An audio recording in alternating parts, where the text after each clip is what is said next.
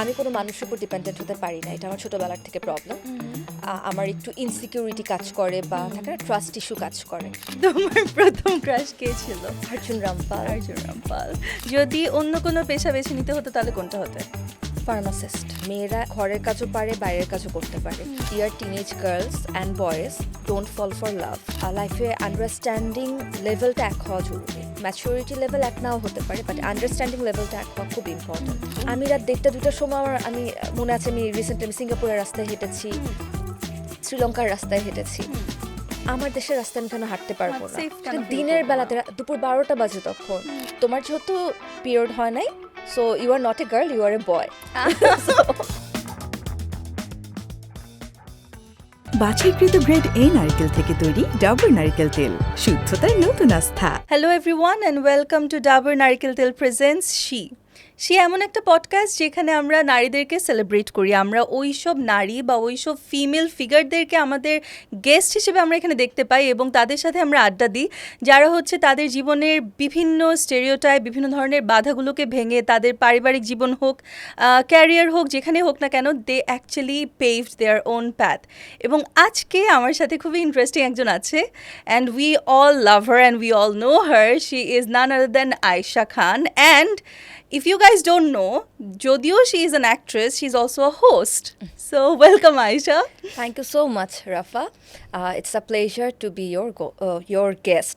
সবসময় আমার গেস্ট হতে ইচ্ছা করে না, আমার মনে হয় ঘোস্ট হয়ে যায়। Well, this time it's roles reversed. যাই হোক, তুমি কেমন আছো বলো? আমি খুব ভালো আছি আলহামদুলিল্লাহ। How is your life going on? Oh, it's going great, it's going good, thank you so much. Okay, so we have a very interesting similarity. সেটা হচ্ছে গিয়ে তোমার তো ছোটবেলার জার্নি স্টার্ট হয় নাচ দিয়ে, রাইট? আমারও কালচারাল লাইনে স্টার্ট হয় ফার্স্ট 3 বছর বয়স থেকে, right? Oh my god, you did a whole study. Right. So তোমার ধরো নাচ থেকে এই যে অভিনয় ট্রানজিশনটা ফর ইউ, এটা কেমন ছিল আসলে? আমি জানি না, আমার না সব কিছু আসলে মনে হয় যে one by one it was ready for me. অনেকে বলে না যে আমি অপটিমিস্টিক অর পেসিমিস্ট, আমি বলবো আমি অপরচুনিটিস্ট। তো যখনই আমার কাছে কোনো অপরচুনিটি এসেছে, I just grab it, I did it.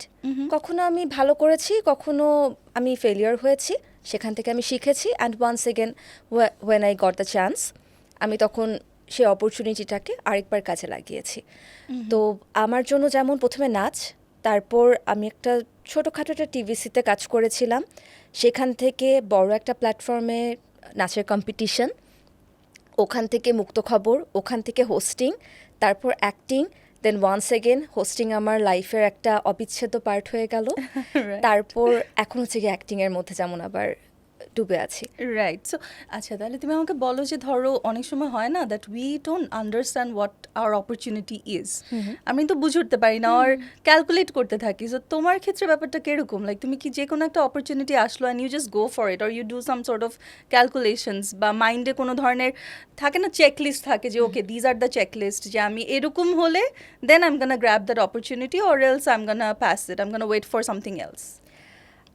আমি খুব বেশি ক্যালকুলেশন করি না এইসব ক্ষেত্রে, বিং ভেরি অনেস্ট, কারণ এটার সাথে একটা ছোট্ট ইনসিডেন্ট আমার জড়িয়ে আছে। আমি তখন কলেজে পড়তাম, আমি আইডিয়াল কলেজ সেন্ট্রাল রোডে যেটা, সেখানে পড়েছি। তো আমি যখন মাত্র কলেজের ফার্স্ট ইয়ারে, তখন আমার কাছে কল আসলো সেনোরা অ্যাডের, অ্যান্ড তখন আমার কাছে যে কোনো এই ধরনের ব্র্যান্ডের অ্যাডগুলা বলতে আমার মাথায় খুব মানে থাকে না যে খুবই কমফোর্টেবল কোনো ইমেজ আসতো না, কারণ যে ধরনের অ্যাড আমি বাংলাদেশ বলি বা ইন্ডিয়াতে দেখেছি, সেই অ্যাডগুলো দেখে আমি না খুব বেশি হ্যাপি হতাম না। আমার কথা হচ্ছে একটা মেয়েকে এভাবে কেন পোর্ট্রে করা হবে, বা এই ধরনের একটা অ্যাড কেন এভাবে এক্সিকিউট করা হবে। তো আমার মনে আছে আমার মা ফোনটা ধরেছিল এবং আমি মাম্মাকে বারবার বলছিলাম যে না না না আমি করবো না। তো বারবারই ওর প্রান্ত থেকে ডিরেক্টর বলছেন যে আপা আমাকে একটু দেন, আমি তাহিয়ার সাথে কথা বলে। আমি কথাই বলবো না, আমি করতেই চাই না। যখন আমি কাজটা দেখেছি, আমি জাস্ট কান্নাকাটি করি নাই, কাজটা এত সুন্দর হয়েছে। যারা দেখেছেন সবাই মনে রাখতে পারবেন, পূজাচেরির ওটা ডেবিউ একটা টিভিসি ছিল বলা চলে, বাট ওই একটা টিভিসি দিয়ে আমরা পূজাচেরিকে সবাই চিনি। হামিদ আঙ্কেল বাবার ক্যারেক্টারটা ছিলেন, এবং খুবই বাবা মেয়ের খুবই সুন্দর একটা টিভিসি ছিল ওটা। এবং শুধু টিভিসি না, সেনোরা ক্যাম্পেইনটা এত বড় ছিল সেবার। টিভিসি, ওদেরকে নিয়ে একটা নাটক হয়, প্রচুর বিলবোর্ড হয়, এবং প্রত্যেকবার আমি যখন বিলবোর্ডের দিকে তাকাতাম আই ওয়াজ লাইক আমি এখানে থাকতে পারতাম। Aw. So that was the first time আমার Right. লাইফে, ফার্স্ট টাইম এবং লাস্ট টাইম আমার লাইফে আফসোস হয় যে আমি কেন এই কাজটাকে আমি ডিনাই করি। Right. ঘুরে ফিরে ভাগ্যে যখন আমার কাছে 2016 সালে আরও একবার সেনোরাতে কাজ করার অফার আসছে, আমি তখন শুনিও নাই, আমি জাস্ট Right. বলেছি আমি কাজ করব। Right. That time I become opportunist. Right. So আমি জাস্ট নেওয়ার পর ওটা এত বড় ক্যাম্পেইন ছিল না, Mm-hmm. টিভিসিটা খুব ভালো হয়। এবার ক্ষেত্রে ছিল মা মেয়ে। আর কালের কণ্ঠ পেপার আমার মনে আছে আমাকে নিয়ে খুব বড় একটা সাক্ষাৎকার হয় এবং জার্নালিস্ট মাহতাব হোসেন নিজে আমাদের বাসায় এসে আমার সেই সাক্ষাৎকারটা নেন। এতটুকুই, কোনো বিলবোর্ড সেবার হয়নি, কিচ্ছু হয়নি। At the same year team yellow থেকে অনম ভাইয়া একটা টিভিসি বানান ইউনিসেফের, 3টা গল্প সেখানে থাকে। আমার গল্পটা সব থেকে বেশি হাইপ তুলে। আমি এরকম ক্রিকেট ব্যাট নিয়ে খেলছি, আমার বাবা এসে বলে আমার বিয়ে ঠিক হয়ে গেছে। সেখান থেকে এটাও খুব পপুলারিটি পায় ওই টাইমটাতে এবং সেটার বিলবোর্ড হয়। এবং যখন যেই জেলায় বা যেই বিভাগে সেই বিলবোর্ডটা দেখা গিয়েছে, আমার ক্লাসমেটস বলি, ডান্সমেটস বলি, ওরা ওখান থেকে আমাকে ছবি তুলে পাঠাতো। সো যেখানে একটা টিভিসি দিয়ে আমি সব কিছু অ্যাচিভ করতে পারতাম, সেখানে হয়তো আমার সব কিছু অ্যাচিভ করতে দুটো একটু টিভিসি time, করা right. লেগেছে। কিন্তু এটা আমার লাইফের একটা লার্নিং ছিল যে শুরুতেই কোনো কিছু না শুনে না বলা উচিত না। তো এখন আমার ক্যালকুলেশন যেটা হয়, আমি শুনি, আমি আগে বুঝি যে এটাতে আসলে আমি করতে চাই কি করতে চাই না, বা এটা আসলে আমাকে কি দিচ্ছে, তারপর আমি হয়তো বা সেই ডিলটাতে ঢুকি বা অ্যাভয়েড করি। Or else you avoid it, right? Very nice. Okay. So, ধরো তোমার যদি এমন হয় যে কোনো একটা প্রজেক্ট, যেরকম হয় না যে আমাদের খুবই ভালো project, right? Like I have face this, এত ভালো প্রজেক্ট, এত ভালো making, everything is super, but then again it just doesn't respond, like রেসপন্সটা ওভাবে করে প্রপারলি আসে না, আর the audience they just can not grab it. তখন কেমন লাগে তোমার কাছে? ধরো অনেক এফোর্ট দিয়েছো, সব কিছু ঠিক আছে, it was like you also believed it যে ধরো হ্যাঁ খুবই ভালো একটা কাজ হচ্ছে, বাট রেসপন্সটা প্রপারলি আসে না। How do you deal that mentally, specially কিভাবে ডিল করো? আমি এখন খুব এগুলো নিয়ে মন খারাপ করি না, কারণ আমার কাছে মনে হয় যে সব কিছুর রেসপন্স সমভাবে আসবে না। এবং এই একটা জায়গাতে আমাকে বিলিভ করতে হেল্প করেছেন, আমি বলবো এসআরকে হিমসেলফ। উনি ওনার একটা ইন্টারভিউতে বলছিলেন যে এমন একটা কোন একটা সিনেমার যেটার জন্য উনি অনেক এফোর্ট দিয়েছেন, তো এরকম হলে বসে উনি মানে অপেক্ষা করছেন মানুষের রেসপন্স দেখার জন্য। অ্যান্ড ওই টাইমটাতে মানুষের কোনো রেসপন্স নাই, মানুষ হয়তো ওইটা ওভাবে দেখেও নাই। অথচ এমন একটা সিন, যে সিনটাতে উনি কোনো এফোর্টই দেন নাই, কোনো প্ল্যানিং করেনি, জাস্ট এমনিতেই হয়ে গেছে, ওই সিনটা দেখে সবাই শীষ বাজাচ্ছে, তালি দিচ্ছে।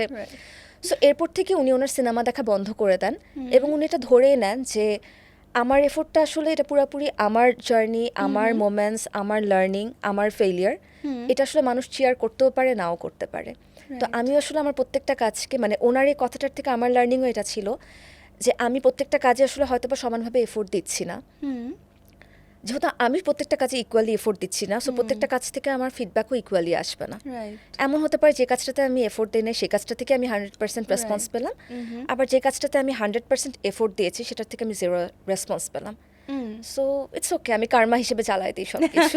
ওকে, so like the more I talk to you, it feels like হচ্ছে গিয়ে যে you are somebody who believes in philosophy, in energy and vibrations I and all believe those in things. luck.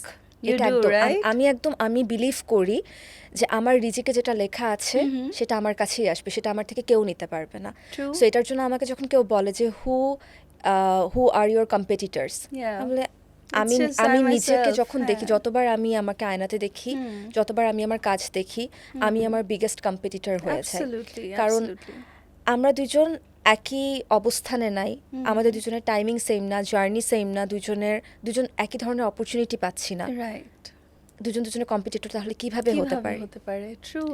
So yes, আমার philosophy different. This actually like completely takes me back to the time when I was competing for, মানে বাংলাদেশে যখন চ্যাপ্টারটাতে আমি compete করছিলাম, তখন মানে I used to get asked, মানে এত জিজ্ঞেস করা হতো আমাকে, and I was really bullied আমার বাংলাদেশ জার্নিতে, because Okay. I was like very much ধরো টমবয়িশ, আমি খুব একটা বেশি একদমই মানে ফেমিনিন ড্রেস আপ ওরকম করা হতো না, সো ড্রেস নিয়ে, কালার নিয়ে I was so much bullied in Bangladesh chapter. তখন অনেকে জিজ্ঞেস করতো যে ওকে হু ইজ ইয়োর কম্পিটিটর, এই সেই হ্যাঁ। I used to think যে ওকে somebody is gonna be more beautiful, more this, more that than me, তো আমার স্কিলকে আমি ওটাতে ফোকাস করি, Right. let's just sharpen that and I'm my own competitor. মানে it is so true, and I feel like যে the audience can also learn something from this particular conversation, যে আসলে comparison করে you just take away your own happiness, it doesn't help.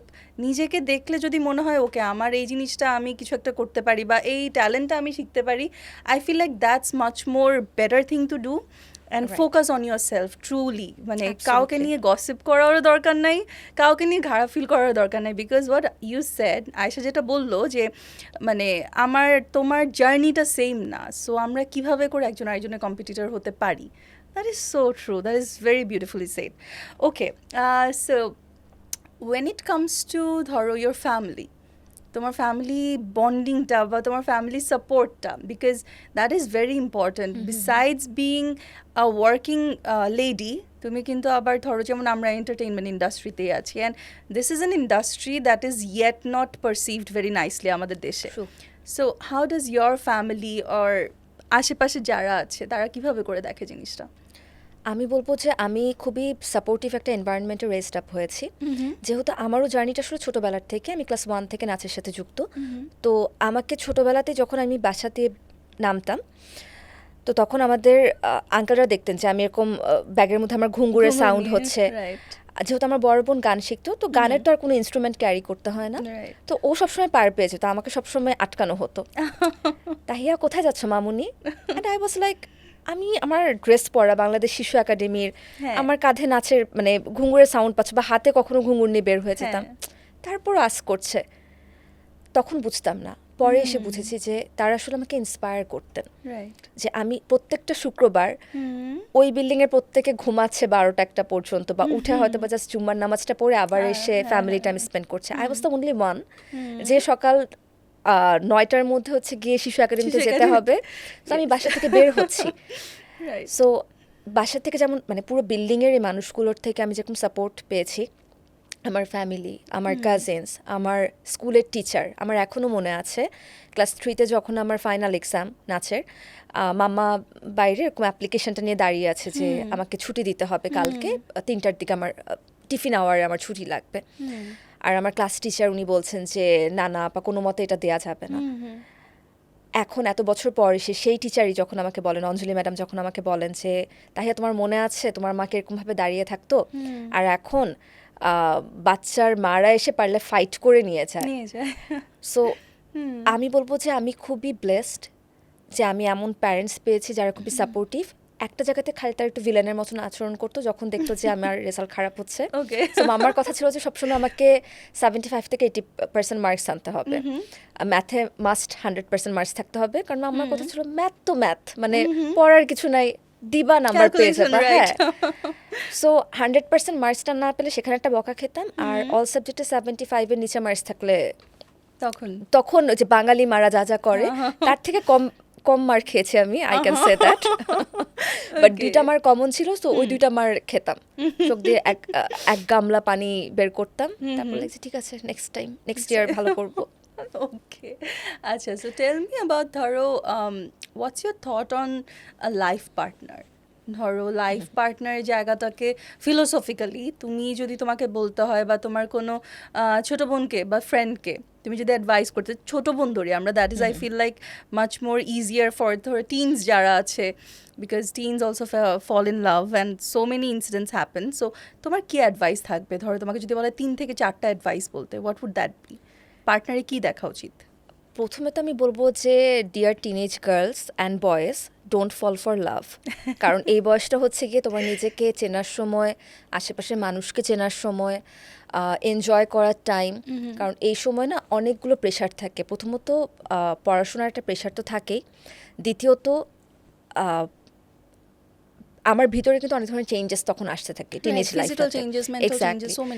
So এই চেঞ্জেসগুলোর ভিতরে না তখন মানে এমনিতেই তুমি অনেক ট্রাভেলের মধ্যে থাকো, নতুন একটা ট্রাভেলকে ইনভাইট করার কি দরকার? সো যেই অ্যাডভাইসটা আমি দিচ্ছি, আমি বলবো যে আমি আমার আশেপাশের মানুষদের থেকে যেটা শিখেছি, ওদের লাইফের স্টোরিগুলো শুনে, কারণ I am a very good listener, এবং আমাকে সবাই তাদের লাইফের স্টোরি বলতে খুব স্বাচ্ছন্দ্য বোধ করতো। তো সেখান থেকে আমার বড় লার্নিং যেটা ছিল যে এমন একজন মানুষের সাথে আমার থাকা উচিত যে খুব আন্ডারস্ট্যান্ডিং হবে। প্রথমত লাইফে আন্ডারস্ট্যান্ডিং লেভেলটা এক হওয়া জরুরি। ম্যাচুরিটি লেভেল এক নাও হতে পারে, বাট আন্ডারস্ট্যান্ডিং লেভেলটা এক হওয়া খুব ইম্পর্ট্যান্ট।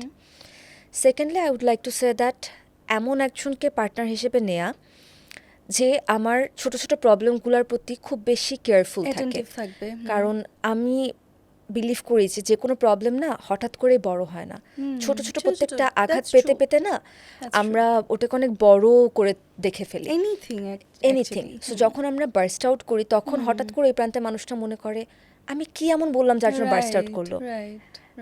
ডিয়ার ম্যান অর ওয়াম্যান, তুমি এমন কিছু আমাকে শুধু আজকে না, তুমি আমাকে পাস্ট কয়েকটা বছর ধরে বলছো দেখেই আজকে আমি বার্স্ট আউট করতে বাধ্য হলাম, right?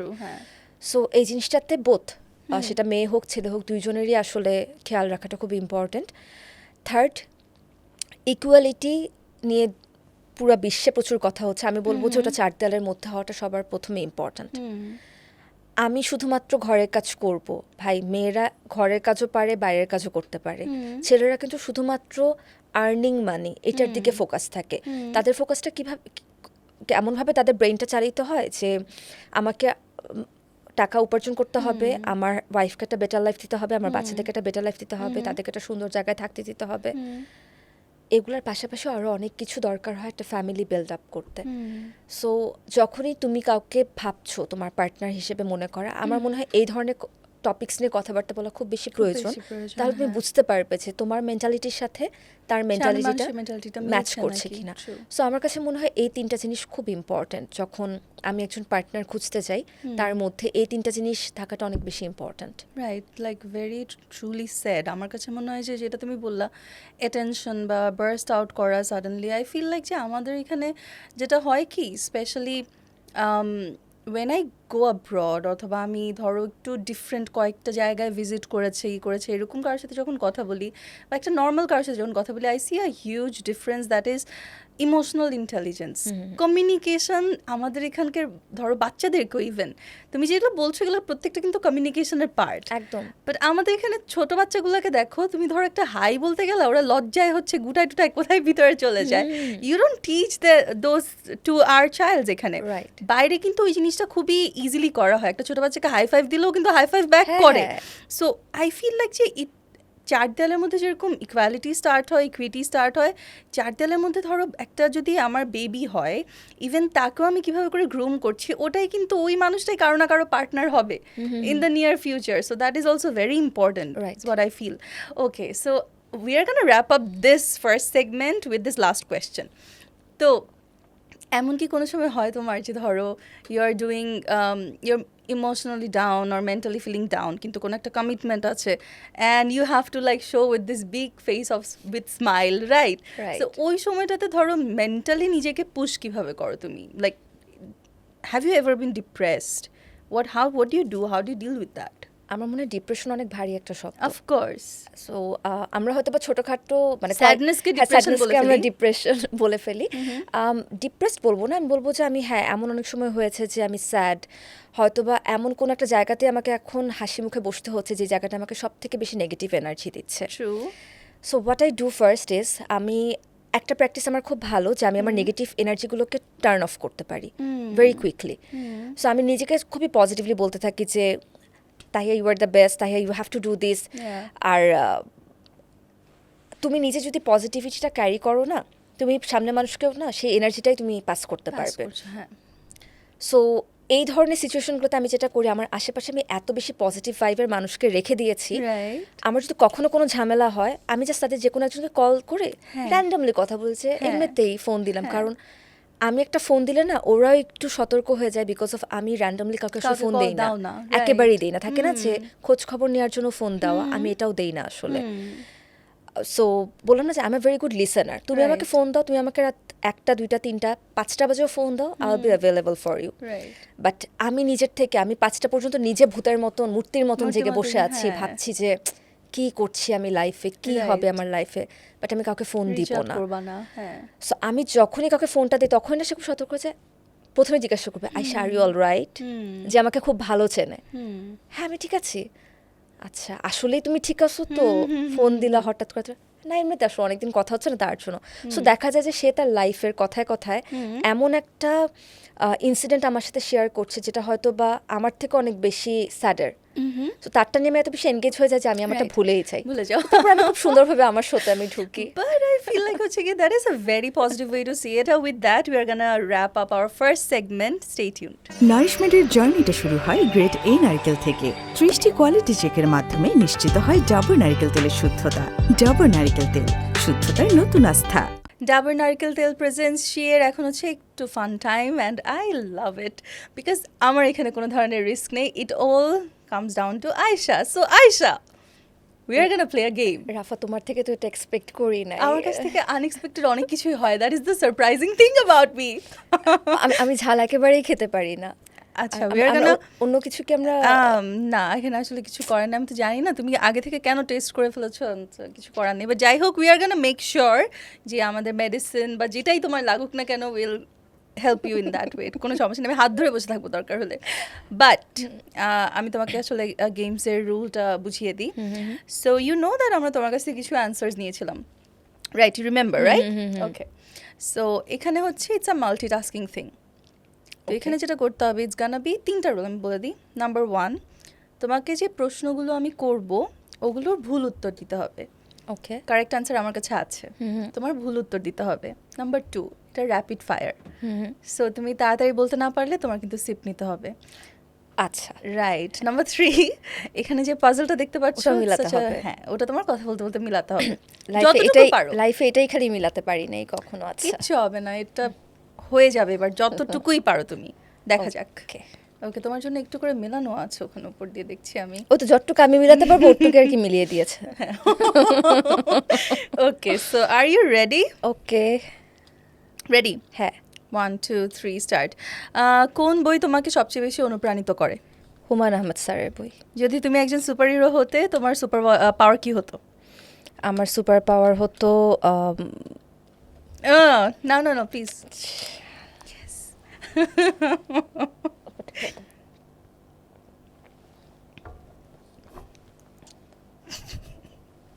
I don't think that's a very good mix up.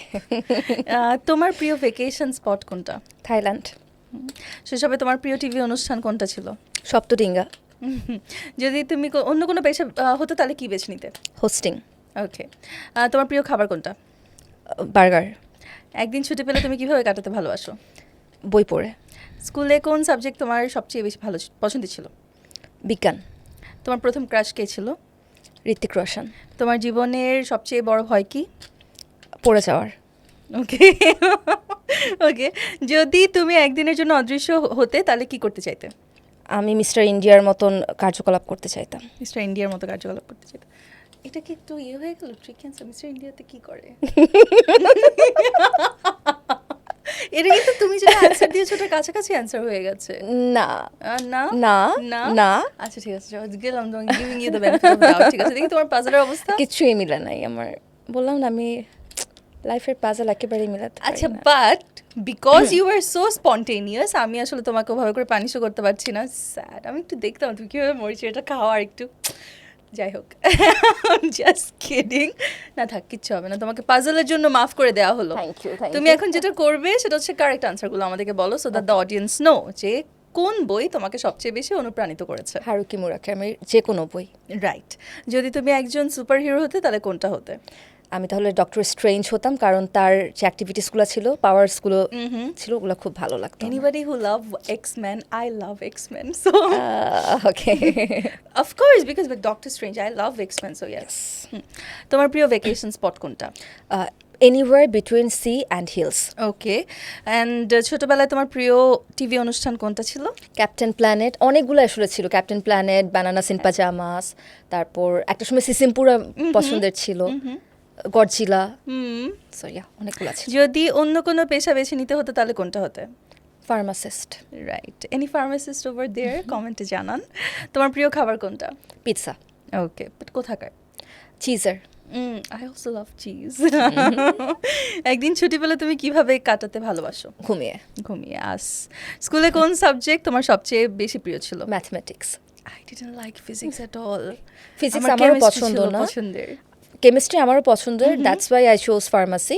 But ম্যাথমেটিক্সটা খুব ভালো লাগতো, মানে আমাদের যেহেতু বাংলা মিডিয়াম, পাটিগণিত, উচ্চতর গণিত, সো এগুলো খুব ভালো লাগতো আমার কাছে, ক্যালকুলাস। তোমার প্রথম ক্রাশ কে ছিল? অর্জুন রামপাল। অর্জুন রামপাল। তোমার জীবনের সবচেয়ে বড় ভয় কি?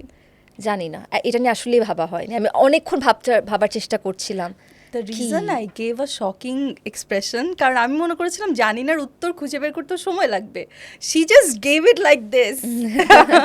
Okay, যদি তুমি একদিনের জন্য অদৃশ্য হতে তাহলে কি করতে? আমি হচ্ছে গিয়ে যারা পাওয়ার হোল্ডার পারসনস আছেন তাদের ওখানে যেতাম, তাদের বাসা বা তাদের অফিসে যে দেখতাম যে তারা যে পাওয়ার খাটাবে এর প্ল্যানিংটা কিভাবে করছেন। ওকে, আমাদেরও অনেক প্ল্যানিং আছে, সো গাইস স্টে টিউন, আমরা কি করি নেক্সট দেখার জন্য। নারিশমেন্টের জার্নিটা শুরু হয় গ্রেট এ নারকেল থেকে। 30টি কোয়ালিটি চেকের মাধ্যমে নিশ্চিত হয় ডাবর নারকেল তেলের শুদ্ধতা। ডাবর নারকেল তেল, শুদ্ধতার নতুন আস্থা। ডাবর নারকেল তেল প্রেজেন্টস শিয়ের এখন আমার অনেক ফেভারিট একটা part, it's call female secrets. And Ayesha, female সিক্রেটসের পুরো ব্যাপারটা হচ্ছে গিয়ে কি you have to be very filterless, and তুমি একদম যেটা যেভাবে করে তোমার কাছে মনে হয় ওভাবে করে you are gonna answer the questions. Okay, so number 1 thing, সেটা হচ্ছে গিয়ে ধরো এনি প্লেস, যে কোনো জায়গা হতে পারে, we are always Gaana B seeing some main, even women as well, যারা হচ্ছে গিয়ে খুব বেশি সাপোর্টিভ না, হয়তো বা তুমি একটা কোনো কথা বললে অ্যাজ আ গার্ল, ছেলেরাই কাজটা বেশি করে, যে তুমি মেয়ে হিসেবে কোনো একটা পয়েন্ট দিলে, কোনো একটা অ্যাডভাইস করলে বা এনিথিং, তখন হচ্ছে গিয়ে ইদার তোমাকে ইমোশনাল অথবা আর ধর কী বলতেছে লেট ইট বি টাইপের ধরো মিসোজিনিস্টিক আচার আচরণ করা, ওর একটু স্টেরিওটাইপ টাইপের করে শি ইজ আ গার্ল ওই ধরনের করে বিহেভ করা। সো তোমার কি এরকম কোনো এক্সপিরিয়েন্স আছে? আর যদি তোমার থেকেও থাকুক আর নাও থেকে থাকুক, তোমার এটা নিয়ে আসলে থিঙ্কিংটা কেমন? How should people behave? Well, খুবই রিসেন্টলি আমি এরকম একটা সিচুয়েশনের মধ্যে পড়েছিলাম। সেখানে হচ্ছে খুবই সিম্পল একটা ম্যাটার নিয়ে আমি কথা বলছিলাম, এবং আমার কাছে ব্যাপারটা একটু ফানি ছিল। ওকে, বাট সামওয়ান উনি খুবই সিরিয়াস হয়ে যায় ওই বিষয়টা নিয়ে, এবং ওটার প্রেক্ষিতে উনি এমন কিছু কথা বলতে থাকে যেটা আমার কাছে মনে হয় যে উনি আমাকে ছোট করছেন, এবং সেখানে আরও কয়েকজন মানুষও ছিল এবং তারা চুপ হয়েছিল। সো বলতে বলতে উনি এমন কিছু কথা বলে ফেলে যেগুলো আসলে সত্যি না। আমার কাছে মনে হয়েছে যে সেগুলো হয়তো বা উনি আমার ব্যাপারে ভাবেন, সেজন্য হয়তো বা আজকে উনি বার্স্ট আউট করছেন। 2-3টা জিনিসের রিপ্লাই আমিও দেই। তারপর পুরো কনভারসেশন শেষ হওয়ার পর I cried for 15 minutes all alone by myself, because of আমি কেন ওনাকে রিপ্লাই দিতে গেলাম। কারণ ওনার দৃষ্টিভঙ্গি আমার দৃষ্টিভঙ্গি একেবারেই আলাদা। সো সেখান থেকে আসলে আমার হয়তো বা রিপ্লাই দেওয়াটাই উচিত হয় নাই। এরকম ক্ষেত্রে এটা আমার জন্য একটা মানে অনেক বড় একটা লার্নিং ছিল, কারণ উনি আমাকে বেশ কয়েক বছর ধরে চেনেন।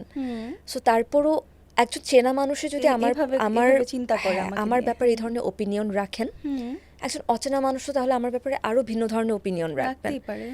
সেক্ষেত্রে কি করা উচিত? আমার কাছে মাঝে মাঝে মনে হয় যে কথা না বলাটা হচ্ছে কি সব থেকে বড় ব্যাপার। Recently I have learned a quote which I'm loving it. What is that? They can't misquote your silence. Right, that's true. And silence is the answer and revenge of It's everything. very absolute powerful, right? Yeah. So আমি না এখন একে তো আমি চুপচাপ ছিলাম, এখন আমি আরো বেশি চুপচাপ হয়ে গেছি। সো কেউ যদি আমাকে কোনো রং অপিনিয়নও দেয়, কেউ কিছু দেয়, I just give them a smile and walk away. কারণ ভাই তোমার opinion doesn't matter, doesn't change my opinion as well. হ্যাঁ, বাট তার মধ্যে যদি কেউ ভালো অপিনিয়ন দেয় সেটাকে আমি পিক করি, হ্যাঁ সেটাকে আমি রিসিভ করি, সেটার আমি রিপ্লাই ব্যাকও করি। আর যেটা আমার কাছে মনে হয় যে he is saying something which is not right or true, আমি জাস্ট ওকে ভাই আসছি আমি। Okay, but then again, dhoro, yeah, that is the best way to actually respond to people who are being attacking or disrespectful towards you. But তারপরও অনেক সময় এরকম হয় না যে এই ধরনের কোনো একটা সিচুয়েশনের কারণে, বিকজ সি সোসাইটিতে ধরো আমি তুমি বা আমরা যারা আছি এখানে, আমরা হয়তো বা কিছুটা একটা প্রিভিলেজ জায়গা থেকে আমরা আসি, so we know how to stand for our self. কিন্তু অনেক সময় যেটা হয় যে এই টাইপের ব্যাপারগুলোতে মেয়েদেরকে কিন্তু চুপ করিয়ে দেওয়া হয়। ফার্স্ট সে ধরো তুমি রাস্তায় বের হয়েছো, মাস্ক পরা, nobody knows your Ayesha, and somebody misbehaved with you publicly, ঠিক আছে?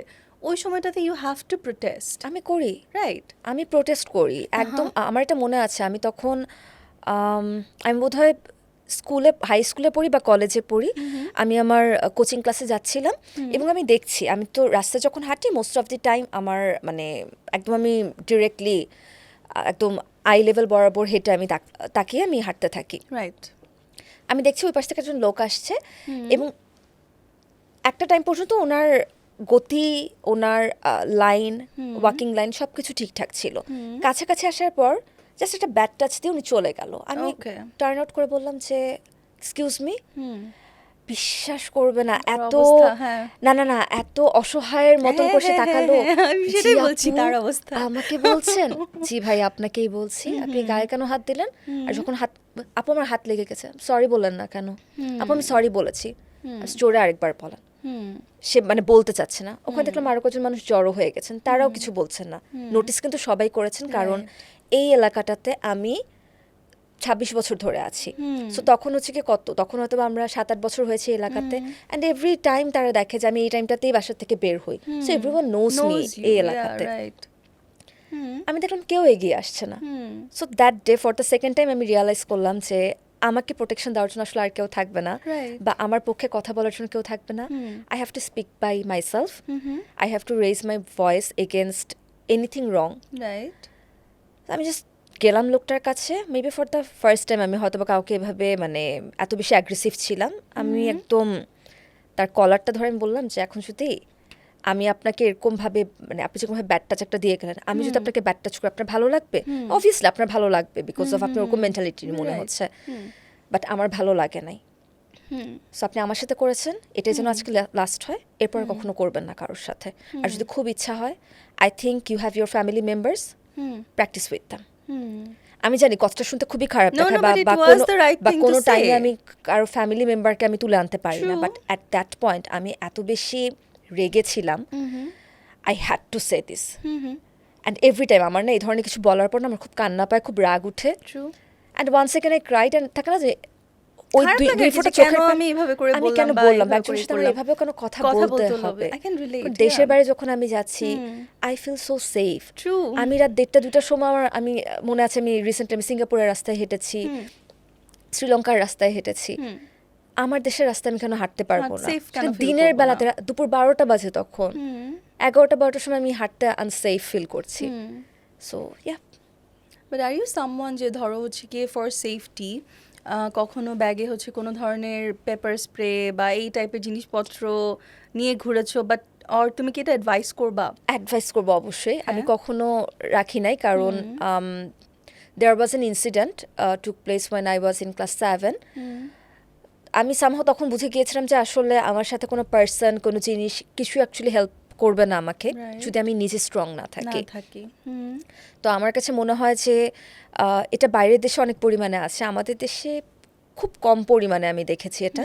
বাট আমি বলবো যে প্রত্যেকটা প্যারেন্টসেরই উচিত, প্রত্যেকটা স্কুলে উচিত বাচ্চাদেরকে তাইকান্দো হোক অর এনিথিং সেলফ ডিফেন্সের যে কোনো কিছু একটা কোর্স হিসেবে রেখে দেওয়া উচিত, এবং এটা বাধ্যতামূলক করে দেওয়া উচিত যে ফ্রম সে ফর 6 থেকে ক্লাস 8 পর্যন্ত এই 2 বছর তোমাকে এটা শিখতেই হবে, ইটস ম্যান্ডেটরি। আমার মনে হয় এটা উচিত করা। তাহলে থাকে না একটা মেয়ের সেলফ কনফিডেন্স অনেক বেশি পরিমাণে বাড়বে। রাইট। ওকে, সো আমরা তো ধরো লাইফ পার্টনার নিয়ে অনেক কথাবার্তা বললাম, বাট দেন এগেইন এরকম মানে এখনকার টাইমে এসে তোমার কাছে কি মনে হয় যে আসলে মেয়েরা, উইমেন অফ এনি এজ 20-25-এ এসে আর they actually aware about their own rights, তাদের অধিকার সম্পর্কে, তারা যে আসলে প্রপারলি ট্রিটেড হচ্ছে কি হচ্ছে না এইসব সম্পর্কে, সে ওয়ার্কিং লেডি হোক আর হোম মেকার হোক, যেটাই হোক, তোমার কাছে মনে হয় যে এখন নারীরা আসলে জানে তাদের অধিকার কি বাংলাদেশে? Not everyone. দুইটা ব্যাপার আমি বলবো। এক, 50% জানে না, আর 50% যারা জানে তারা সেটাকে ওভার ইউজ করে ফেলছে। রাইট, কেমন বলো তো একটু? সে ফর আমি জানি যে, বা আমি হয়তো বা বিলিভ করছি যে দুজনের কাজে ইকুয়াল হওয়া উচিত। ওয়ান সেকেন্ড, মেয়েদের আমরা যেমন মেনস্ট্রুয়াল একটা পিরিয়ডের মধ্যে দিয়ে যায়, যেটা আসলে ছেলেদের কখনোই আসে না, বাট এভরি মান্থ আমরা এটা ফেস করি, এবং ওই 7 দিন 5 থেকে 7 দিন আমরা হয়তো একটু টায়ার্ড ফিল করি। এখন আমি যদি এই অ্যাডভান্টেজটা নেই যে আজকে না আমি অনেক টায়ার্ড ফিল করতেছি, আজকে বাসার সব কাজ তুমি করো, তার উপর চাপিয়ে দেওয়া, তার হয়তো বা পিরিয়ড হয় না, কিন্তু তার তো আরো অনেক প্রেশার থাকে। সো ওইটা যদি আমি আন্ডারস্ট্যান্ড করতে না পারি, সো এইখানে যে আমরা কি করি, আমাদের পাওয়ারটাকে আমরা মিসইউজ করে ফেলি। সো এটা খুবই কমন একটা প্রবলেমের কথা আমি বললাম। আমি অনেক কিছু ফাইন্যান্সিয়াল দিক থেকে আমি অনেকের ধরনের স্টোরি শুনি যে মেয়েটা হয়তো বা ভালো একটা স্যালারি করছে, ভালো একটা অ্যামাউন্ট পাচ্ছে সে স্যালারিতে, ওটাও সে খুব থাকে না যে হাজবেন্ডের কাছে একটা পর্যায়ে সে খুব শো অফ করছে। You shouldn't. আমার কাছে মনে হয় যে ইটস আ পার্টনারশিপ, এবং তোমরা দুইজনে মিলে আসলে একটা কোম্পানি রান করছো। সো তোমাদের মোটিভ, তোমাদের অ্যাম্বিশন, তোমাদের মিশন ভিশন সবকিছু এক হওয়া দরকার। আমি যে বললাম না ইকুয়ালিটি অর আন্ডারস্ট্যান্ডিং এর ওই জায়গাটা, এইসব জায়গাতেই না তখন ওই ব্যাপারগুলো প্রায়োরিটাইজ করা উচিত যে আমি আসলে কোন ব্যাপারটাকে প্রায়োরিটি দিতে চাচ্ছি। আমি 10 টাকা বেশি স্যালারিতে আর্ন করতেই পারি, সো আমি 10 টাকাটা আমি কিভাবে ইউজ করছি বা সেটাকে আমি সেটা নিয়ে আমার প্ল্যানটা কি, যে এই 10 টাকাটা আমি কোথায় আমি সেভ করতে চাই অর ব্যয় করতে চাই, এটাও আমার হাজবেন্ডের সাথে ডিসকাস করে নেওয়া উইথ আ ভেরি ছোট না করা। হ্যাঁ, যে লাইক ঠিক আছে তোমার এই মান্থের সেভিং হয়েছে 30K, আমার হয়েছে 50K, সো আমাদের 20K এক্সট্রা সেভিং, চলো আমরা ঠিক করে আমরা ইউরোপ ট্যুর দিব, সো এই 20K আমরা ওখানে রাখি। বা অনেকে এখন এসে যেমন অনেকেই ধর্মের প্রতি অনেক বেশি মানে একটা সার্টেন এজের পর্যায়ে অনেকেই দেখা যায়, আমার মাকেও আমি দেখছি, আমার মা 10 বছর আগে রিলিজিয়ান যেভাবে প্র্যাকটিস করতেন, 10 বছর পরে এসে তার প্র্যাকটিসটা ডিফারেন্ট হয়ে যাচ্ছে, আরও বেশি তিনি ধর্মভীরু হয়ে যাচ্ছেন। এবং আমি জানি আমিও 10 বছর পর যে আরও বেশি এরকম হয়ে যাব, there is nothing wrong in it. So তোমার যখন প্ল্যান থাকে তুমি ওমরা করতে চাও বা হজ করতে চাও, ঠিক আছে, দুজন মিলে একসাথে জমাও, ডাজন্ট ম্যাটার কে ওই এক্সট্রা 20K এটা পে করলো। সো এটাই মাঝে মাঝে আমি বলবো যে আমরা ফেমিনিজমের নামে অনেক সময় পাওয়ারটাকে মিসইউজ করে ফেলি, which we shouldn't. You did mention menstruation, ধরো একদম বাংলায় বলতে গেলে মাসিক। সো তোমার ফার্স্ট পিরিয়ড এক্সপিরিয়েন্সটা কেমন ছিল, এবং তোমার যদি কোনো এরকম অ্যাডভাইস থাকে যে ধরো, আচ্ছা 3টা প্রশ্ন জিজ্ঞেস করি এই পার্টিকুলার জিনিসটা নিয়ে, and you take your time to answer. Number 1 হচ্ছে তোমার আসলে পিরিয়ড এক্সপিরিয়েন্স কেমন ছিল, তোমার কি আগে থেকে নলেজ ছিল যে পিরিয়ড বলতে একটা কিছু হয়? নাম্বার 2, আমাদের যে ওয়ার্কিং এনভায়রনমেন্ট, এটা আমি কম বেশি জিজ্ঞেস করি যে এই ওয়ার্কিং এনভায়রনমেন্টে আমাদের যদি পিরিয়ড থাকে, we don't get a proper washroom also, যে আমরা প্যাডটা চেঞ্জ করব। সো ওটার ব্যাপারটাকে তোমার আসলে কি মনে হয় যে আমাদের ইন্ডাস্ট্রিতে ওয়ার্কিং এনভায়রনমেন্টটা কতটুকু চেঞ্জ আনা উচিত ফর আস ফিমেলস? এবং নাম্বার 3 হচ্ছে ধরো তোমার ছোট বোন হতে পারে in the near future, if you become খালা suppose for say, or you have your own daughter, তুমি তাকে পিরিয়ডের কোন 1টা 2টা বা 3টা অ্যাডভাইস তুমি তাকে আগে থেকে দিবে? This 3 questions. First of all, আমি ছোটোবেলাতে আমার মনে হয় যে আমার মেন্টাল গ্রোথ আর ফিজিক্যাল গ্রোথ একসাথে হয় নাই। ওকে, সো আমি একেবারে এগুলোর ব্যাপারে কিছু জানতাম না। So when I was in class 7, তখন সম্ভবত আমাদের গার্হস্থ্য অর্থনীতি এরকম একটা সাবজেক্ট থাকে, ওটার একটা টপিক ছিল। তো আমি খোলার পর যেহেতু আমি কিছু বুঝতে পারছি না, so I asked my mamma just খুবই নর্মালভাবে একটা বুঝিয়েছে। তো আমার বড় বোন আবার ও একটু দুষ্টু ছিল এই বিষয়ে, তো শি কেপ্ট পোকিং মি যে তোমার যেহেতু পিরিয়ড হয় নাই, so you are not a girl, you are a boy. Oh my God. আমরা যেহেতু 2 বছরের কম ছোট বড়, আমাদের মধ্যে এই ধরনের খুনসুটি হতো। আর আমি আমার যে বললাম না physical growth and mental growth হয় নাই, কিন্তু আমি ইন সামওয়্যার আমার ব্রেইন খুব অ্যাক্টিভলি ওয়ার্ক করতো। কোন জায়গাতে? যখন নামাজ পড়তে দাঁড়াতাম, আমি বলতাম যে মামা আমি নামাজ পড়েছি, মাইশাপু কেন নামাজ পড়ে নাই? অ্যান্ড মাইশাপু রিপ্লাই দিত এভাবে যে আমি নামাজ পড়েছি। কখন পড়লা তুমি নামাজ? কারণ আমরা দুজন আসলে প্রতিযোগিতা করে নামাজ পড়তাম। তুমি কখন নামাজ পড়লা? আমি আগেই পড়ে ফেলছি আরেক রুমেছে।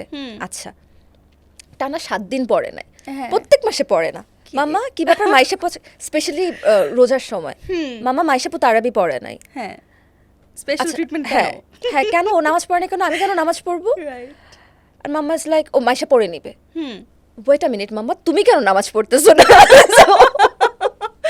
খুবই এম্বারেসিং, মানে এখন ভাবলে খুবই এম্বারেস লাগে আমার, কিন্তু ওই মোমেন্ট কিন্তু তখন হ্যাঁ ওই মোমেন্ট আমি ভাবি নাই জিনিসটা।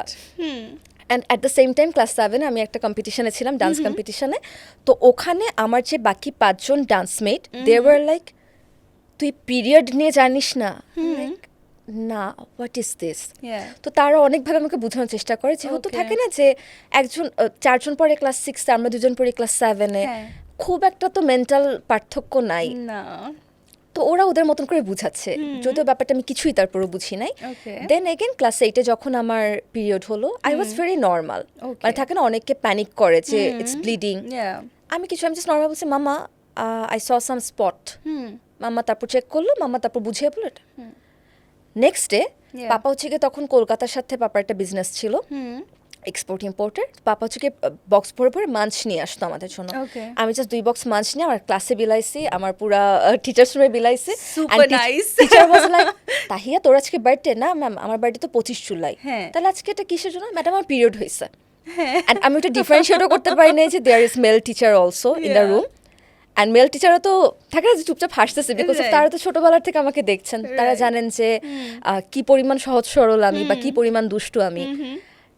ফিমেল টিচাররা সবাই হো হো করে হেসে উঠলো, বলছে তুই একমাত্র YWC এর একমাত্র বাচ্চা যে পিরিয়ড এসে সেলিব্রেট করলি, জীবন তোর বার্থডে আমরা সেলিব্রেট করতে দেখি তুই এসে তোর পিরিয়ড সেলিব্রেট করছিস। That is great. কিন্তু দুইটাই খুব সম্ভবত অনেকের কাছে এম্বারেসিং মোমেন্ট। ফার্স্টটা তো অবশ্যই, সেকেন্ডটা অনেকের কাছে এম্বারেসিং মোমেন্ট হতে পারে, but this 2 moments are the beautiful moments in my life, at least ওই এজটাতে। কারণ ওই এজে এত কিছুর মধ্য দিয়ে যাচ্ছিলাম, সো বলার মতন যদি কিছু থেকে থাকে তাহলে আমি বলবো এই 2টা incident. So this was the first question answer, যে আমি এভাবে আসলে সেলিব্রেট করি, একটা বার্থডে যেভাবে সেলিব্রেট করা হয়, খালি কেক কাটাটা বাকি ছিল, বাকি সব কিছু। And my elder sister keep saying that, oh finally আম্মু আমার একটা বোন আছে বুঝছো, আমার বোনের নাম তাহিয়া। লাইক ফাইন, ঠিক আছে। সেকেন্ডলি যেটা তোমার কোয়েশ্চেন ছিল যে ওয়ার্কিং এনভায়রনমেন্টটা, এইটা আসলে পেইনফুল। এবং আমার মনে আছে আমার 2 জন টিচার খুবই সারপ্রাইজিংলি আমাকে আস্ক করতো আফটার হ্যাভিং মাই পিরিয়ডস, যে তাহিয়া তোমার কবে পিরিয়ড হয় আমরা বুঝতে পারি না, কারণ তুমি এত অ্যাক্টিভ। এবং 5 তলাতে আমি পুরো লাফিয়ে লাফিয়ে উঠতাম স্কুলে। তো তারা বলতো যে তোমার যেদিন পিরিয়ড হবে তুমি সেদিন আমাদেরকে বলবা, তারপর ওই দিন তোমাকে আমরা মনিটাইজ করবো। সো যেহেতু আমি গার্লস স্কুলে ছিলাম, গার্লস মোটামুটি গার্লস কলেজই বলবো, কারণ আমরা কম্বাইন্ড ছিলাম না, ছেলেদের 5টা সেকশন আলাদা, মেয়েদের সেকশনটা সম্পূর্ণ আলাদা। সো সেখানে ওয়াশরুমও আমরা আলাদা পেয়েছি। ইউনিভার্সিটিতে ওয়াশরুম আলাদা পেয়েছি, খুব একটা প্রবলেম হয় নাই। But yes, when it's about our own media industry, it's being really tough.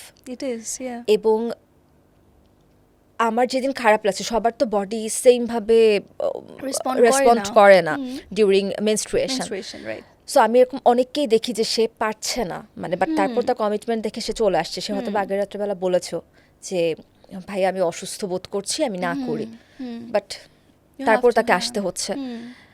এবং বাসায় থাকলে কি হয়, হয়তো আমি হট ব্যাগ দিচ্ছি, এমন কিছু খাচ্ছি যেটা আমাকে হেল্প করছে একটু বেটার ফিল করতে, ওখানে আমি সেটাও পারছি না। So not only the washroom, আমি বলবো যে হট ব্যাগের কোনো ব্যবস্থা থাকে না, এখানে খাবারের কোনো প্রপার ব্যবস্থা থাকে না।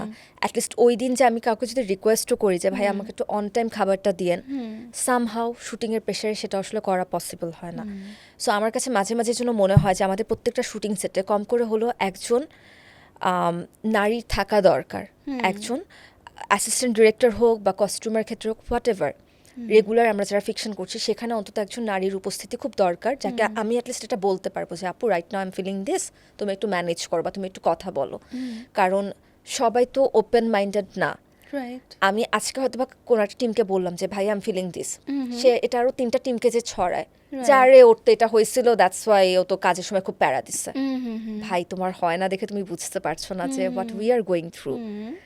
সো অ্যাটলিস্ট তুমি যেহেতু বুঝতে পারছো না, অ্যাটলিস্ট সহনশীল হও তুমি। এরকমভাবে থাকে না যে ব্যাপারটাকে তুমি নর্মালাইজ করো। আমি একদিন হয়তো বা তোমার সাথে সাপোর্টিভ ছিলাম না, বা তোমার একটা প্রজেক্টে হয়তো আমি সাপোর্টিভ হতে পারিনি, I am sorry for it. But তুমি যেভাবে এটাকে প্রচার করছো ভুলভাবে, সেখান তো আমার আরও থাকে না যে মানুষ ধরেই নিচ্ছে যে আমি হয়তো বা টিম প্লেয়ার না, আমি হয়তো বা কোঅপারেটিভ না। আমি এভাবেও দেখেছি আমার কোয়ার্টিস্টের কাজ না, এটা এই চলে সেম যেতে। জিনিসটা এটা আমি নিজে আসলে ফেস করেছি। লাইক আইল জাস্ট ইন্টারাপ্ট ইউ। সেটা হচ্ছে গিয়ে যে once it happen that for a shoot I had to wear the same pad for like more than 8-9 hours at a stretch. অ্যান্ড এটার কারণে যেটা হয় সেটা হচ্ছে গিয়ে যে যখন আমরা একটা কন্টিনিউয়াসলি সেম প্যাডটা আমরা পরে থাকি, ইনফেকশন হতে পারে, শকও হতে পারে, you can have so many things which are horrible for your health. এবং অনেক সময় হয়ে যায় যে এরকম অনেক ইনসিডেন্ট, অনেক news, if you guys can google, অনেকে মারাও যায় এরকম এগুলোতে। অ্যান্ড দ্যাট দেয়ার লাইক থাকে না একটা পেশেন্স থাকে। আমি ইনফর্ম করার পরেও দেখা গেছে হচ্ছে গিয়ে যে they didn't pay heed to it, যে okay I need to change, আমার আসলে এটা চেঞ্জ করা দরকার। And after certain period of time I couldn't hold it because it comes out eventually যে আমি তো পেশেন্সলি কাজটা করছি, it's a 5-minute 10-minute break, I need it. So I feel like যে ওই তুমি যেটা বললা সহনশীলতার যে জায়গাটা, এবং আসলে এটা কাজে যে ইফেক্ট করে, that is also very true. Because ওই হয়তো বা আই ওয়াজ লাকি এনাফ যে আমার ওই রিয়াকশনটা যেটা খুবই নর্মাল ছিল, এক্সপেক্টেড ছিল, ওটাকে ওরা খুবই নর্মালি নিয়েছে যে হ্যাঁ আপুকে আসলে আমরা ওই স্পেসটা তো দিতে পারিনি আনফর্চুনেটলি, এটা আমাদের ব্যর্থতা। কিন্তু অনেকে অত লাকি হয় না যে আসলে। That's very true, continue please. So অনেকে আবার দেখা যায় যে মানে মেয়েদের ক্ষেত্রে এটা বেশিরভাগ হয় যে সকালবেলা উঠে মেজাজটা একটু খিটখিটে থাকে, এবং এটাকেও আমি দেখেছি যে রং ওয়েতে পোট্রে করা হচ্ছে যে ও তো সেটা আসলে রাগারাগি করে। ভাই, একটা মানুষ কেন শুধু শুধু সেটা আসলে রাগারাগি করবে? Maybe there is something happen, talk to her, তাকে জিজ্ঞাসা করো যে আপু কি হয়েছে, এনি প্রবলেম? কারণ আমার সাথে কেউ যখন সুইটলি পোলাইটলি কথা বলতে আসবে, আমি কিন্তু তখন ওপেন মাইন্ডেড, তাকে ওপেন হার্টলি কিন্তু আমি তাকে অনেক কিছু বলে ফেলবো, রাইট? সো এই যে এইসব জায়গার থেকে এখন আমি বলবো যে অনেকে পিছিয়ে আছেন, অনেকটাই উন্নত হয়েছে, আবার অনেকেই পিছিয়ে আছেন। এটা একটা ব্যাপার। আউটডোর শুটিংয়ের ক্ষেত্রে এইটা খুব প্রবলেম হয়ে যায়, কারণ এটা আসলে আমি তাদেরকে পুরোপুরি দায়ী করতে পারি না এখন। কারণ কি, যখন দেশের বাইরে আমরা যাই, ওখানেও দেখা যায় যে পাবলিক যে টয়লেট থাকে সেটা হয়তো বা একটু দূরে, আমি যেখানে দাঁড়িয়ে আছি, যেখানে আমার ক্যামেরা সেট করা আছে তার থেকে একটু দূরে, বাট ওদের রাস্তা এত ফাঁকা থাকে যে আমরা বলতে পারি যে ঠিক আছে আমরা 10 মিনিটের মধ্যে ব্যাক করছি। অ্যাকচুয়ালি ওয়াশরুমগুলো সেটা তো প্লেন থাকে, যে থাকে না যে আমি বলতে পারি যে আমি 10 মিনিটের মধ্যে ব্যাক করতে পারবো। এমন না যে বাংলাদেশে এখন আশেপাশে কোনো রেস্টুরেন্ট নাই, রোড সাইড রেস্টুরেন্ট নাই, বা সেখানে টয়লেট নাই, অনেকখানি ভালো। আমি যদি 5 বছর আগের কথা হিসাব করি, তার তুলনায় এখন অনেক বেটার পজিশনে আছি আলহামদুলিল্লাহ। সো প্রবলেমটা কোথায় হয়েছে, একটা টিম আমাকে ছাড়তে চায় না কেন? কারণ সে জানে যে আমি আসলে 10 মিনিটের মধ্যে ব্যাক করতে পারবো না। তখন আর তারা রিস্কটা নিতে চায় না। তাও যখন আবার মানে থাকে না যে সানসেটের একটা টাইম, তখন তারা বলে যে আপু একটু 30 মিনিটস। সো আমি হয়তো বা 30 মিনিটস তাদেরকে তখন দিয়ে দিচ্ছি আর্জেন্সির কথা ভেবে। তারপর পরের 3টা ঘন্টা যে আমাকে যেই প্রেশারটা নিতে হচ্ছে, এইটা খুব টাফ হয়ে যায় মাঝে মাঝে ম্যানেজ করা। বাট হোপফুলি আমার মনে হয় যে বাংলাদেশের অনেক কিছু এখন আপডেট করা দরকার আছে। স্পেশালি প্রত্যেকটা সেটে যদি একটা করে ক্যারাভান, খুব বেশি কিছু না, সেটাতে খুব বেশি কিছু দরকার নেই। আমি বলছি না ওটাতে, আমি বলছি না যে ওইটাতে একদম থাকে না যে ড্রয়িং রুম, বেডরুম সব থাকতে হবে, নো, জাস্ট 2টা টয়লেট দাও অ্যাটলিস্ট, যাতে করে আমরা ওয়াশরুমটা প্রপারলি ইউজ করতে পারি। স্পেশালি যখন আউটডোরে একটা সেট থাকে, যে আমরা জানি যে আমরা এই জায়গাতে এসেই শ্যুটটা করব, আমাদের লোকেশন এটা, তখন কিন্তু একটা চাইলে একটা পোর্টেবল ওয়াশরুমের মতো করাই যায়। It's not that big of a deal. হ্যাঁ, বাট আমার কাছে মনে হয় যে পোর্টেবল ওয়াশরুম ওটা আসলে বাংলাদেশের প্রেক্ষাপটে একটু টাফ হয়ে যাবে। না মানে ধরো তুমি যেভাবে করে বলছো, মানে ক্যারাভ্যানটা যদি হয় না, হ্যাঁ ক্যারাভ্যানটা যদি হয় না, 2টা কারণে দরকার হয়। এক, আমার কস্টিউম চেঞ্জের জন্য, কারণ এখন মানুষ আমরা এত বেশি টেকনো ডিপেন্ডেন্ট হয়ে গেছি। আমি চাইলেই কিন্তু আমার জুম করছি যখন 5x করলে কিন্তু আমি তোমাকে ক্লিয়ারলি দেখতে পারছি। সো ওই জুম লেন্সে আমাকে যে কেউ কোনো পাশ থেকে, আমি যে কস্টিউম চেঞ্জ করছি, যতই আমি টেন্টের মধ্যে থাকি না কেন, কেউ যে আমার ঢোকার বের হওয়াটাকেও রেকর্ড করছে না, হু নোস। সো আমার কাছে মনে হয় থেকে ক্যারাভ্যান থাকলে বেটার হয় কি, যে ঠিক আছে ওখানে আমি খুব মানে উইদাউট এনি হেজিটেশন আমি কস্টিউমটাও চেঞ্জ করে ফেলতে পারলাম। আমাদের সাথে যে ব্যাগসগুলো থাকে, যেটা বারবার গাড়ি থেকে আনা নেওয়া করতেছে, ওটাও ওখানে থাকলো। অ্যান্ড মোস্ট ইম্পর্টেন্টলি ওয়াশরুম, হ্যাঁ, কারণ লং টাইমের জন্য যখন 3 ঘন্টারও বেশি সময় ধরে আমি আউটডোর করছি, তখন আসলেই ওয়াশরুমটা নেসেসারি হয়ে যায়। এই 2টা জায়গাতে। থার্ড কোয়েশ্চেনটা ছিল অ্যাডভাইসের জায়গাতে, তোমার future, it can B your own daughter. আমি আমার বাচ্চাকে আমি বলবো যে I would love you to celebrate their period. আমি বলবো যে হ্যাঁ আমি বলবো যে girl it's a normal thing প্রত্যেকটা মেয়েরই হয় এবং এটা হওয়াটা একটা ব্লেসিং কারণ as we know that এটা আমাদেরকে হেল্প করে অ্যাকচুয়ালি মম হতে that is what makes us takes us to the next step. So you should enjoy it, enjoy the process, and you should celebrate when it happens. Right. First of all, so আমি sure আমার বাচ্চার ক্ষেত্রে আমি কেকও কাটবো হয়তো আমাকে invite করো please আমি সবাইকে আগে ইনভাইট করে বলবো যে today my girl become a lady so yes let's celebrate এইটা একটা সেকেন্ডলি অবশ্যই তাকে আমি কিছু এটিকেট শিখাবো কারণ during period it's very normal unexpectedly normal actually যে ওভারফ্লো করে আমার ড্রেসটা নষ্ট হয়ে যেতে পারে সো ওটার প্রতি ওটা দেখে যেন আমি হাসাহাসি না করি if I have a boy আমি তাকে ওটা শিখাবো if I have a girl তাকে তো মাস্ট বাট ছেলেটাকে অবশ্যই আমি শিখাবো বিকজ অফ তুমি যদি অন্যেরটা দেখে হাসাহাসি করো তোমার বোন তোমার ওয়াইফ তোমার বাচ্চাটা দেখেও কেউ করতে পারে হাউ টু হ্যান্ডেল দিস তখন তো তুমি অ্যাগ্রেসিভ হয়ে যাবে সো বেটার তুমি এখন থেকে শেখো সো এই দুটা জিনিস মাস্ট থার্ড অবশ্যই এটা যেমন আমি নিজেও ভুলে যাই এভরি মান্থে অ্যাটলিস্ট 2টা বা 1টা করে ক্যারি করা এক্সট্রা প্যাডস ক্যারি করা কারণ যে কোনো মুহূর্তে আমার না হলেও হয়তো বা আমার কলিগের হয়ে গেল অনেক সময় এমন হয় যে আমার কলিগ এসে আমাকে বলে যে আচ্ছা নাকি তখন আমার এত গিল্ট ফিল হয় যে why shouldn't I so yes এই 3টা জিনিস আমি অবশ্যই অ্যাডভাইস করবো অ্যান্ড অ্যানাদার থিং ওটা অ্যাডভাইসের কিছু না আমি হয়তো বা যেটা আমার কাছে আমাকে দেখে মনে হয়েছে অ্যাক্টিভ থাকাটা তুমি যত বেশি অ্যাক্টিভ থাকবা সে ফর জিমন্যাস্টিক যারা অ্যাথলেট যারা তাদের না এই সময়গুলোতে দেখবা তারা কিন্তু ইকুয়ালি অ্যাক্টিভ থাকে খুব একটা প্রভাব পড়ে না সো আমার মনে হয় যে ওই টাইমটাতে অ্যাক্টিভিটি টাইমটাকে বাড়িয়ে দেওয়াটা অনেক অংশে আমি বলবো যে হেল্পফুল সো এই চারটা আমি মাস্ট করবো আমার কিডসদের সাথে যেমন আমার এটাতে একটা তোমার সাথে অ্যাড করা আছে সেটা হচ্ছে গিয়ে যে ফর মি যেমন আমি always I have been advised আগে তো ধরো growing up it has always been আমার পিরিয়ড হচ্ছে কি হচ্ছে না কি হচ্ছে আই এম লাইক আমি তো বললাম that I can relate so much with you but recently যেটা হচ্ছে গিয়ে have been so much advice যে ওকে ফাইন পিরিয়ড হলে জাস্ট হালকা যোগা করো হালকা একটু বাট হ্যাঁ অ্যাক্টিভ থাকাটা is a must you don't have to be full of energy if you don't feel like it don't force your body but just be active. With that, আমাদের female secret সেগমেন্টটা is done, so stay tuned. নারিশমেন্টের জার্নিটা শুরু হয় great এ নারকেল থেকে 30টি quality চেকের মাধ্যমে নিশ্চিত হয় ডাবর নারকেল তেলের শুদ্ধতা ডাবর নারকেল তেল শুদ্ধতার নতুন আস্থা Dabur Narikal Tel Presents Sheer এখন হচ্ছে আরেকটা fun segment and I know that you guys love it as well. It's called Never Have I Ever. So never have I ever Ayesha তুমি আগে খেলেছো না নেভার হ্যাভ আই এভার আমি খেলেছি কিন্তু দুটো প্লেট দেখে আমি একটু ভাবছি যে এবার কি তুমিও খেলবে তার মানে অফকোর্স এইজন্যই বললাম যে তোমরা সবাই অনেক খুশি হওয়ার কথা বিকজ আমিও আছি এখানের মধ্যে so yeah so I am gonna expect you to be very honest তুমি সত্যি সত্যি অ্যান্সার দিবে যদি কিছু একটা করে থাকো তাহলে এখানে যে খুব সুন্দর করে লেবু রাখা আছে see guys what we do for you okay আমরা ওটা খাবো okay done ready number 1 Never have I ever fallen asleep in class or at work. এটা কে লিখে সবাই I'm sure আমাদের স্ক্রিপ্ট রাইটারও এটা মানে কোনো না কোনো সময় কাজ করতে করতে ঘুমায় গেছে আমি করলো খাবো হ্যাঁ করলেই খেতে হবে আচ্ছা করলে না এই তো মজাটা চলে গেল এটাই মজা okay ready okay Never have I ever hit reply all by mistake. করেছি প্লিজ ম্যাম মানে কি করলেও খেতে হবে না করলেই খেতে হবে আচ্ছা সরি হ্যাঁ করলেই খেতে হবে করলেই খেতে হবে তুমি প্রথমটাও করেছো আমিও করেছি খেয়েছি এটা আমি করিনি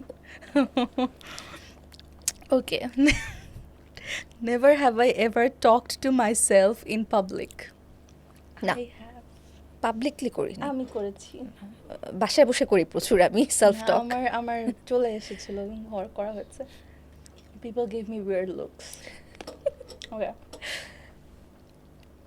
আমি বন্ধই কেন করছি never have I ever googled myself did recently did oh my god একটু দাঁড়াও never have I ever made a weird face at a baby to make it laugh হ্যাঁ এইটা বললাম একটু দাঁড়াও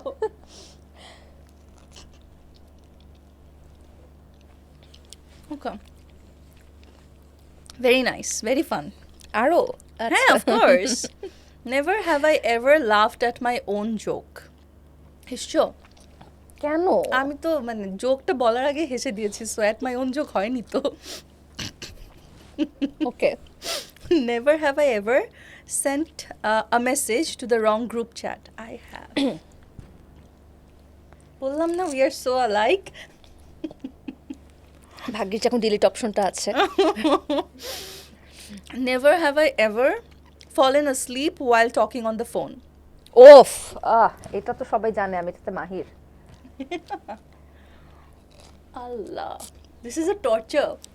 Never have I ever texted while on the toilet. করতেই হয়। আমি তো শাওয়ার নেওয়ার সময় টেক্সট করি। সিলেটি লেবু হইলে না খেয়ে মজা লাগতো actually. Never have I ever eaten a whole pizza by myself. Pizza লাভারকে কোশ্চেনটা করার কোনো যৌক্তিকতা আছে? এখন খাই না, বাট অনেক খেয়েছি। ওকে। Never have I ever laughed at something I wasn't supposed to. I did. Offensive হয়ে হ্যাঁ, গেল, একটু বাট হ্যাঁ, করা তো হয়েছে। করা হয়েছে, right? Okay, this one. This is the last one. I'm sweating. Okay. Never have I ever copied someone's homework last minute. হুবহু During কপি my করো school. না, একটু চেঞ্জ করে কপি করো।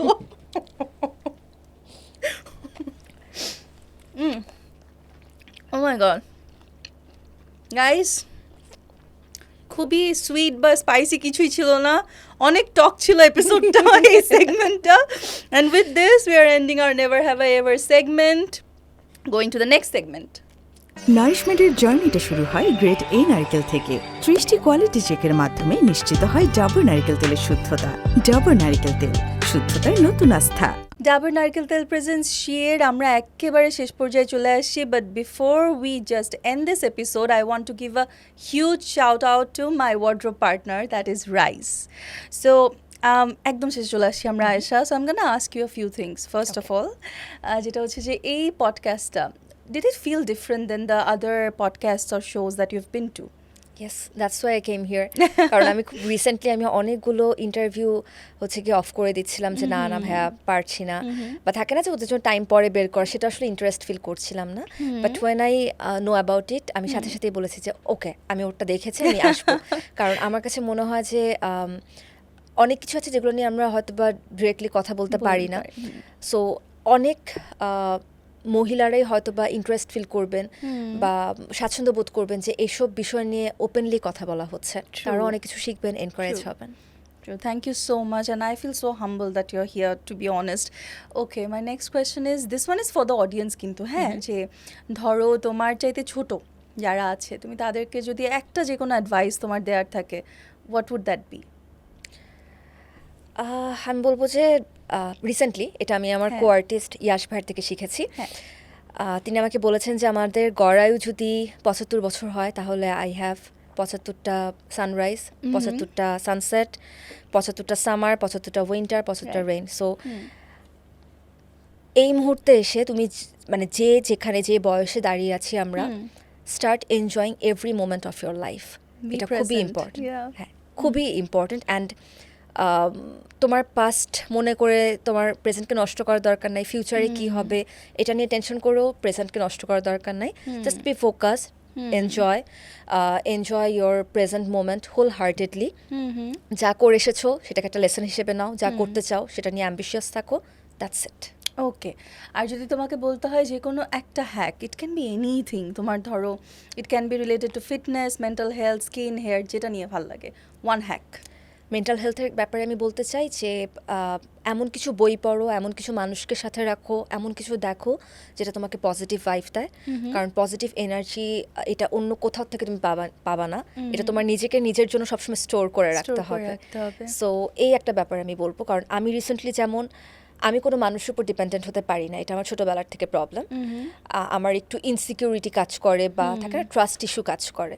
সো এটার জন্য আমি আমার নিজেকে এত বেশি ট্রাস্ট করি, এত বেশি সেলফ ডিপেন্ডেন্ট থাকি মেন্টালি, যে আমি এখন এমন কিছু বই পড়া শুরু করেছি যেগুলো আমাকে পজিটিভ এনার্জি দেয়, পজিটিভ কথাবার্তা শেখায়। আমি এমন কিছু পডকাস্টও দেখি যেগুলো খুব পজিটিভ, মানে পজিটিভ কনভারসেশন করছে। সো এটাই আমি বলবো হ্যাক্সের দিক থেকে, যে be positive, stay positive, spread positivity. Right, thank you so much Ayesha for being here. এত দারুণ একটা কনভারসেশন হয়েছে তোমার সাথে। So but before we end this to our audience, ফার্স্টে আমরা একটা রিপোর্ট পড়তে চাই। রিপোর্টটা হচ্ছে বাংলাদেশ ভলেন্টারি ন্যাশনাল রিভিউ 2025। বাংলাদেশে নারীদের অর্থনৈতিক অংশগ্রহণ বাড়ছে। মোবাইল ফোন ব্যবহারে নারীদের হার 2022 সালে 51.4% থেকে 2023 সালে 55.3% হয়েছে, যা ব্যবসায়িক কার্যক্রমে সহায়তা প্রদান করে। সো অ্যাজ উই নো যে technology has a lot of good and bad sides. Of course mobile use করে এখনকার সময় ফ্রিল্যান্সিং থেকে শুরু করে a lot of things can be done. So women go do that thing. বাসায় বসে চাইলে আপনারা business and so many things you can do. যাই হোক, for our audience I'd like to say যে আপনারা চাইলে আপনাদের যে কোনো ধরনের কথা, যে কোনো ধরনের ঘটনা, যে কোনো ধরনের কোয়ারি আমাদেরকে ইমেল করতে পারেন। স্ক্রোলে দেখতে পাচ্ছেন there is an email, you can email us, or you can actually post and tag us and give a hashtag #she, #notajoke. So with that, we are ending today's episode, and Aisha, thank you so much for being here.